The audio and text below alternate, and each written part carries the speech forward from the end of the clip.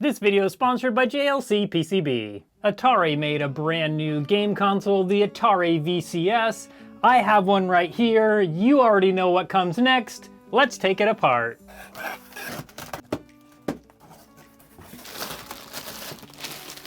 So I have the two Atari controllers and the Atari VCS console itself. Let's start with the controllers, then we'll get to the console. With the Atari VCS, you can play new and retro games and apps. It includes over 100 Atari classics. You can also stream your favorite games and videos in 4K resolution. Unfortunately, I do see a major negative right now. I don't know that I can take any game console seriously that still uses micro USB, but I'll still give it a chance. So I'm going to start by disassembling and taking a look at the joystick controller, and then we'll take a look at this standard controller. Looks like we got rubber feet on the bottom, so I'm assuming we can just peel those back and probably find screws under there.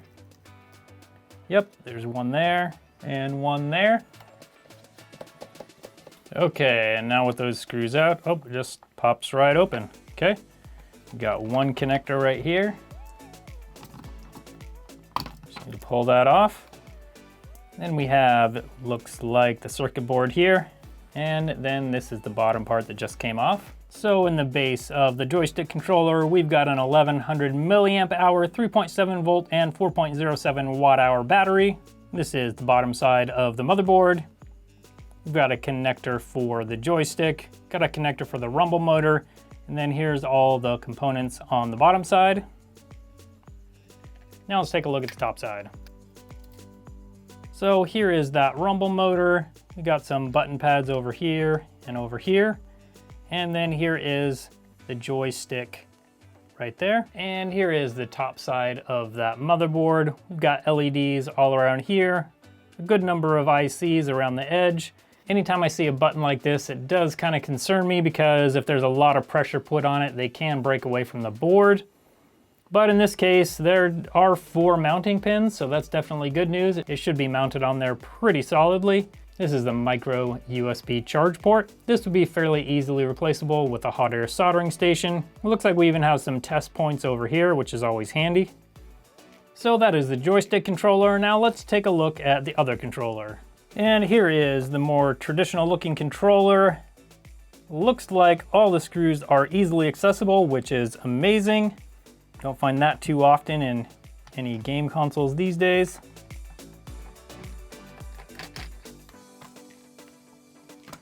Okay, and it comes apart pretty easily, which is always nice. And nothing is attached on the bottom, so the bottom cover just comes right off.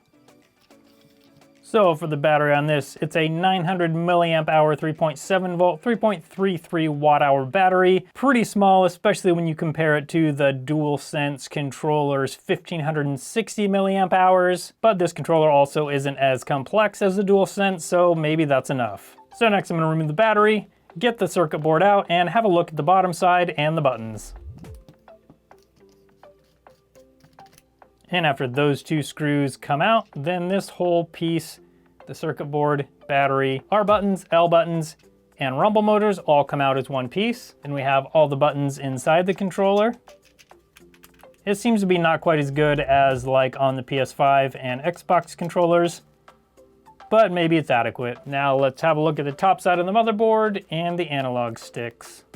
So the button pads are held down by these little dowels that go through the circuit board. That's kind of cool. That keeps them in place so they don't just kind of flop around and fall out on you. And here are the analog sticks. We've got a metal shaft coming out of the analog sticks, and there's actually a good amount of metal pieces inside of it, which is actually very interesting. The PS5 and Xbox controllers have plastic analog sticks. Almost all the parts are plastic. Makes me wonder if we could replace the ones in the PS5 and Xbox controllers with analog sticks like this. This looks like a much more durable analog stick than the ones on the PS5 and Xbox. The circuit board on this controller is much simpler design, so maybe this small battery won't matter as much. Overall, I'd say the build quality for the most part seems to be maybe not as good as the PS5 and Xbox, but I have to say these analog sticks look much stronger than the ones on the PS5 and Xbox controllers. Now that I've taken a look at both the controllers for the Atari VCS, let's take a look at the console itself.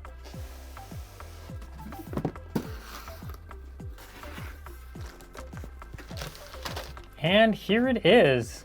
There is really not much to it. We've got an HDMI, 2 USB ports, Ethernet port, AC adapter, and the power button. Looks like this should be pretty easy to get apart. We've got 4 feet over here, which probably has screws under them. So I'm gonna get those out, and we'll see how to get it apart.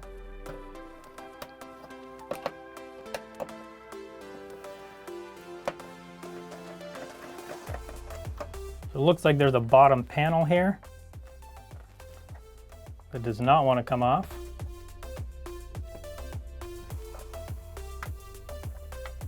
And this back plate looks like it's just held on with clips, so we need to get all those clips off. And there we go. So with the back plate off, let's see if we can get that bottom plate off.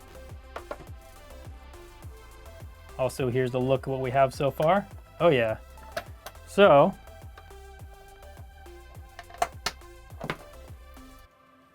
here we go.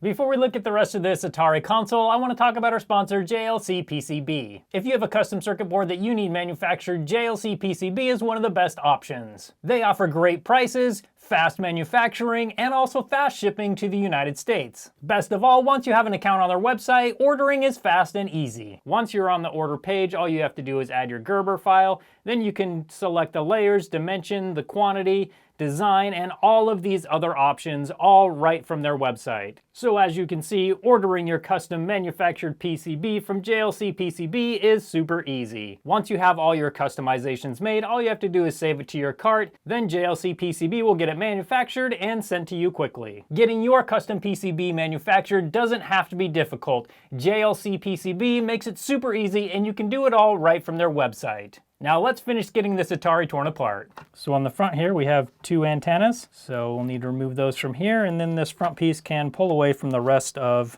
the console. This front faceplate also is held on with clips, so that comes off too. And then we're left with the motherboard itself. So it does look like we've got an SSD expandable storage option here. And over here we have the Wi-Fi card. Here is the cooling fan. It looks like the main chip is right below this heatsink right here.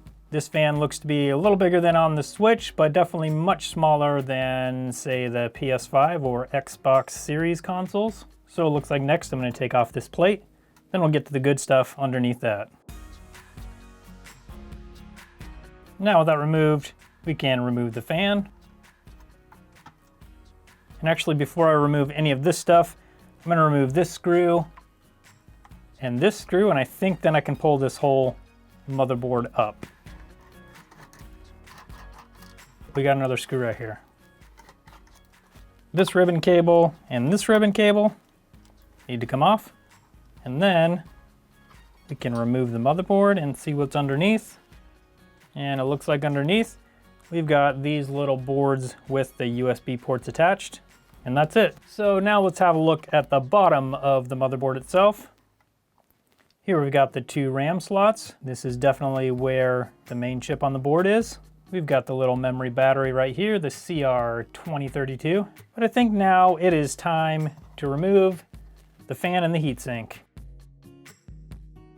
And here's the fan. It's got a brushless motor. It's a 5 volt 0.45 amp fan, and it's got an FG88 on it. Now it's time to remove this heatsink and air chamber and check out the main chip. Okay, and now it's time to remove the heatsink, check out the thermal paste and the chip. So this is fairly interesting. They use just a pad of thermal paste instead of the liquid thermal paste you find in the tubes. So this is more of like a thermal film sort of thing, which is interesting. We have played Atari today. That's pretty cool. And here's the main chip right here. I'm gonna clean off this thermal film, then we can check out the die. And once we remove that, we can see the AMD Ryzen processor. Obviously a much simpler system than the PS5 or Xbox Series X. But things like the HDMI port, USB ports, they look to be good quality and fairly standard ports that shouldn't be too hard to replace. And that's the brand new Atari VCS. If you want to learn how to repair stuff like this, go to GameConsoleRepairSchool.com. I can teach you how to do basic soldering all the way up to advanced level soldering. If you like this video, you'll probably like my teardown of the PS5, so I'll put that video up on your screen now so you can come hang out with me over there. Thank you so much for watching, and I hope you have a good one.